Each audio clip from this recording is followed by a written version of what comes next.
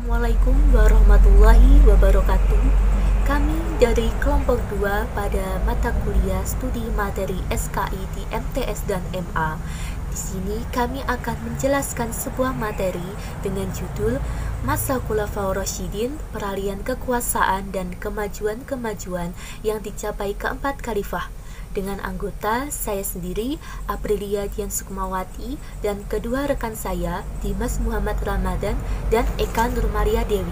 Di situ sudah terpapar dengan jelas mengenai peta konsep dari materi kami, yaitu mengenai Khulafaur Rasyidin terdapat 4 khalifah, yakni Khalifah Abu Bakar As-Siddiq, Khalifah Umar bin Khattab, Khalifah Utsman bin Affan, dan Khalifah Ali bin Abi Thalib. Dari peta konsep tersebut sudah tergambar dengan jelas mengenai beberapa kemajuan-kemajuan yang dicapai oleh keempat khalifah tersebut. Lebih jelasnya lagi, setelah ini akan kita jelaskan secara ringkas mengenai beberapa kemajuan-kemajuan yang dicapai keempat khalifah beserta peralihan kekuasaan pada masa Khulafaur Rasyidin. Materi yang pertama adalah Khulafaur Rasyidin. Mengapa dikatakan Khulafaur Rasyidin? Karena Khulafaur Rasyidin itu berasal dari dua kata, yaitu Khulafaur dan Ar-Rasyidin. Kata khulafa adalah bentuk jamak dari kata khalifah yang artinya pengganti, sedangkan kata Ar-Rasyidin artinya mendapat petunjuk. Kita lanjut pada khalifah yang pertama, yaitu Khalifah Abu Bakar As-Siddiq. Khalifah Abu Bakar As-Siddiq ini merupakan salah satu sahabat dari Rasulullah SAW yang sangat masyhur pada zaman dahulu.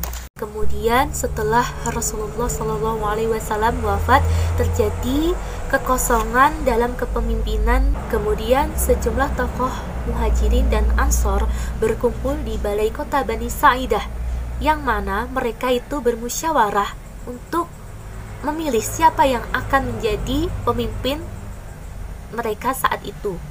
Musyawarah itu berjalan dengan cukup lambat, namun dengan semangat ukhuwah Islamiyah yang muncul, akhirnya terpilihlah Abu Bakar. Selanjutnya, beberapa kemajuan-kemajuan yang dicapai oleh Khalifah Abu Bakar As-Siddiq. Ada beberapa, yakni yang pertama adalah memerangi orang-orang murtad, yang kedua kodifikasi Al-Quran, dan yang ketiga adalah perluasan wilayah. Namun dari ketiga kemajuan-kemajuan tersebut, ada satu kemajuan yang menarik kita pelajari, yakni pada bagian memerangi orang-orang murtad. Kemudian seluruh orang melawan pemberontak yang murtad tersebut disebut orang Riddah karena memerangi kaum murtad. Nah, pada masa itu pasukan muslim berhasil memenangi seluruh pertempuran tersebut. Baik, selanjutnya akan dijelaskan oleh rekan saya mengenai materi Khalifah Umar bin Khattab. Yang selanjutnya adalah masa Khalifah Umar bin Khattab. Kehebatan Umar bin Khattab di bidang politik ditunjukkan ketika beliau mampu membuat kaum Muhajirin dan kaum Ansor saling rela mengangkat khalifah pertama, padahal sebelumnya mereka berebut emas dan merasa mempunyai hak mengambil alih kepemimpinan Nabi Muhammad SAW setelah beliau wafat. Maka menjelang Khalifah Abu Bakar wafat, beliau menunjuk Umar bin Khattab untuk menggantikan kedudukan sebagai khalifah kedua dan mendapat dukungan mutlak dari para sahabat-sahabat. Yang selanjutnya adalah kemajuan-kemajuan pada kekhalifahan Umar bin Khattab. Umar bin Khattab sangat-sangat berpengaruh kepada kemajuan-kemajuan di masa kepemimpinannya. Yang pertama adalah adanya pembagian daerah kekuasaan, misalnya Sa'ad bin Abi Waqqas, gubernur Kufah, Utbah bin Qas, gubernur Basrah, Amr bin As, gubernur Mesir, serta membentuk dewan-dewan dalam pemerintah, misalnya Baitul Mal, Dewan Militer, Dewan Hakim, Dewan Pos, dan mendirikan Hizbah. Menetapkan kalender Islam dan tahun Hijriyah sebagai permulaan tahun baru Islam, menjadikan masjid-masjid menjadi bangunan-bangunan yang sangat megah, misalnya Masjidil Haram dan Masjid Madinah. Saya Eka Nurmaria Dewi akan menjelaskan masa khalifah selanjutnya, yaitu masa Khalifah Utsman bin Affan. Khalifah Utsman bin Affan terpilih sebagai khalifah melalui keputusan Dewan Azuro yang dibentuk oleh Khalifah Umar. Khalifah Utsman dipilih saat usia 70 tahun. Beliau menjadi khalifah selama 12 tahun.